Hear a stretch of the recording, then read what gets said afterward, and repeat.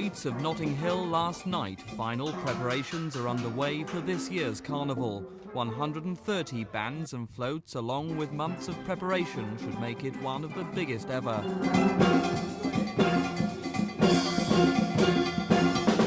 But behind the smiles is a community becoming increasingly unhappy about the way Carnival is organised, its funding and the massive police operation. It's turned into a mass police operation.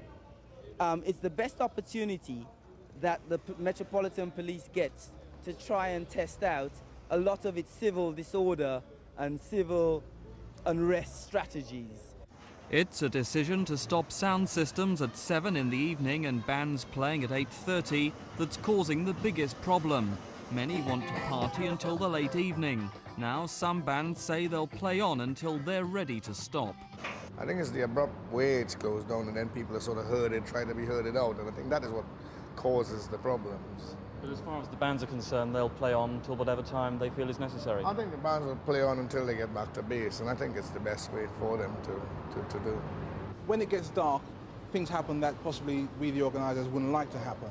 And it gets quite difficult to see, and it's a family event, and we expect people to come, have a good time during the day when it's daylight, and be making their way home by at least 7:30, 8 o'clock.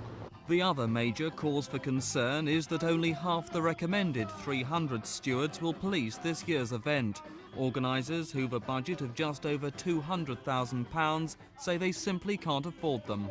We have had to make a number of cuts, a number of sacrifices, much to the concern and anger of many of the disciplines in Carnival. And of course the great concern is that if it isn't given adequate funding, aspects of the Carnival will die as a result of the lack of funding. And of course that's what the community does not want. But Carnival is much more to Notting Hill's community than rows and disagreements. For months in advance, costumes are being made, often in small dark rooms by people working round the clock to get them ready. The costumes themselves are not so difficult, but it's the decorations. The decoration takes more time than the costumes.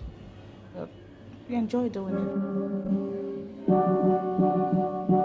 Pan players, as they're known, rehearse for hours. On the street, it's time for a final tune-up.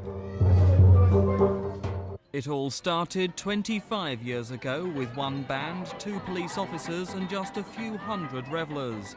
Now the Carnival is Europe's biggest street festival. It's 2 days of the year we can just get on and enjoy yourself and forget about your poll tax and everything else and just, live it.